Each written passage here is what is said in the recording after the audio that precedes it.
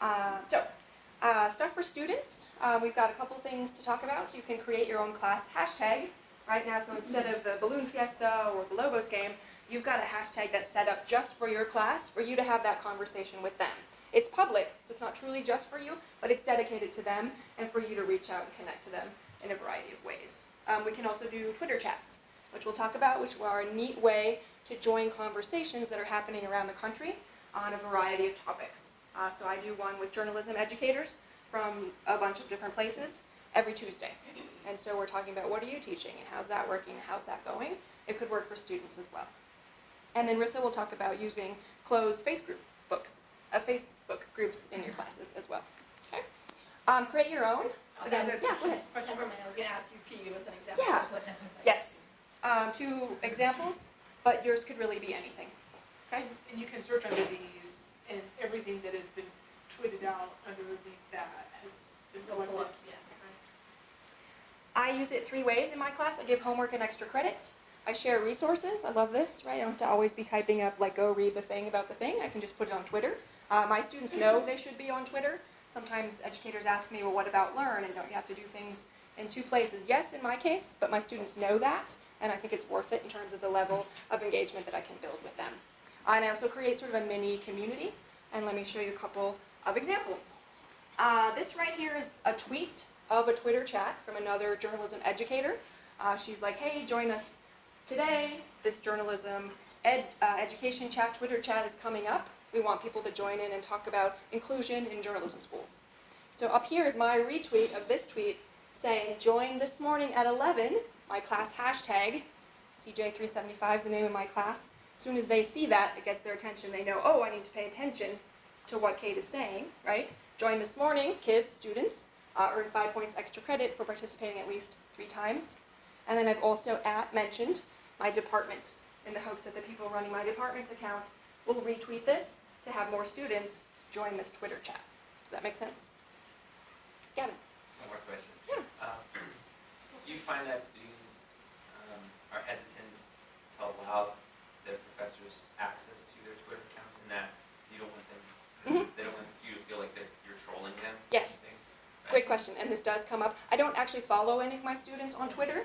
I don't need to know all the things with the students, right? Right. And so I create, this is a whole nother topic, but I create a list of the students in my class so that I'm only seeing the things that they're posting related to my class.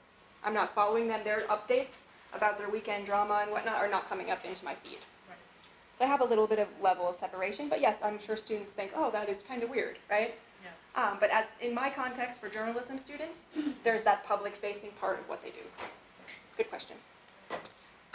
Here's another example of where I'm giving homework and extra credit, right?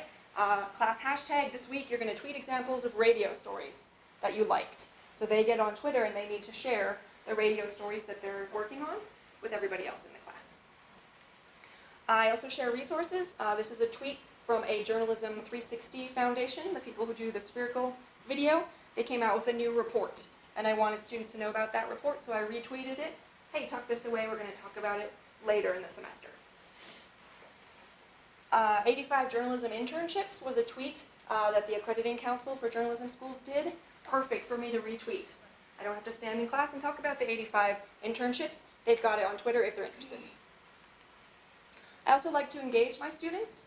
I have a lot of students who like to direct message me, to email me basically in Twitter, who don't talk to me in class at all. And it builds sort of a different level where they're comfortable talking, and I like that. I gave a shout out to my class hashtag again, reporters, right, the username of those reporters. They were using Twitter to cover the mayoral debate a month ago or so, right? They know I'm watching, and I'm seeing what they're doing. I had a former student get hired by KUNM, and I was really excited about that, so I let her know. Right, so it's just a way to kind of create a community when you're not with them 24/7, right? The days they're not in class, I might hear from them or see them once or twice on Twitter. This could work on Facebook, other social media places. Let's see, Twitter chats briefly. These are set up on any topic. We've got some examples. You typically have a moderator who's going to ask questions, and anybody can get in. So question 1 would be, how can we better teach chemistry? And chemistry professors around the country would get in on some of the things that they're doing. Question 2, around the world, right? Really fun way to connect on any topic, right? So maybe equity and inclusion. Maybe there are some Twitter chats there that would be wonderful to share resources or success stories, things like that. I love them. Here's a list of the types of education hashtags that are out there. We'll have these slides on our website, but there are hashtags for everything, right? If you're into math, maybe you're into, the achievement gap. These are all topics where you can be looking at them and deciding if you want to use those hashtags and or maybe get in on a chat on some of those topics.